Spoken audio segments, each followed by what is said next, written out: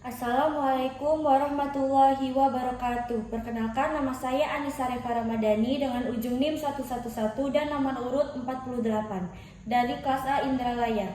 Di sini saya akan mempresentasikan esai saya yang berjudul Bahasa Indonesia di Era Generasi Gen Z antara Kreativitas dan Kaidah Bahasa Indonesia. Bahasa Indonesia merupakan bahasa nasional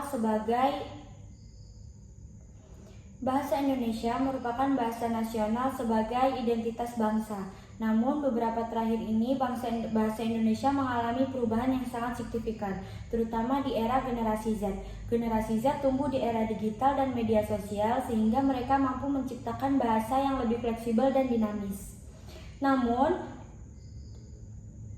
generasi Z juga memiliki kreativitas yang sangat tinggi. Mereka mampu menghasilkan singkatan atau kata-kata baru yang lebih gaul dan lebih fleksibel.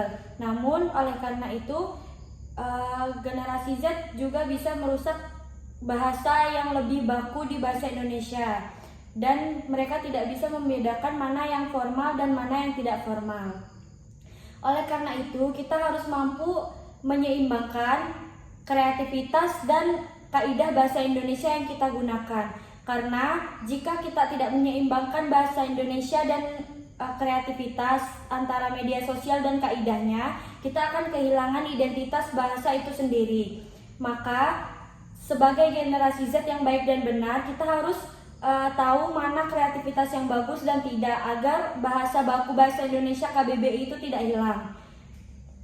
Dan kita juga harus menjaga kaidah bahasa Indonesia itu sendiri agar kita bisa membedakan mana yang formal dan informal. Oleh karena itu, kita sebagai generasi Z harus bisa bijak dalam menggunakan bahasa-bahasa gaul, singkatan-singkatan, dan lain-lainnya di media sosial.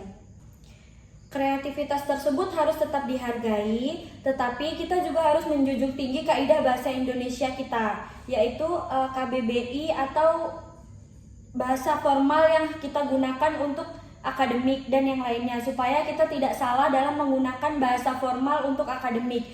Banyak juga masalah generasi Z tidak tahu mana bahasa formal dan informal dan menggunakan bahasa biasa atau informal di bagian akademik, sehingga itu adalah penggunaan kaidah bahasa Indonesia yang salah. Jadi kita harus tetap bisa membedakan kreativitas dan kaidah bahasa Indonesia yang baik dan benar, dan kita harus menggunakannya dengan baik dan benar, yaitu tidak menyalahgunakan kreativitas yang kita gunakan di media sosial ke kaidah bahasa Indonesia tersebut. Terima kasih. Wassalamualaikum warahmatullahi wabarakatuh.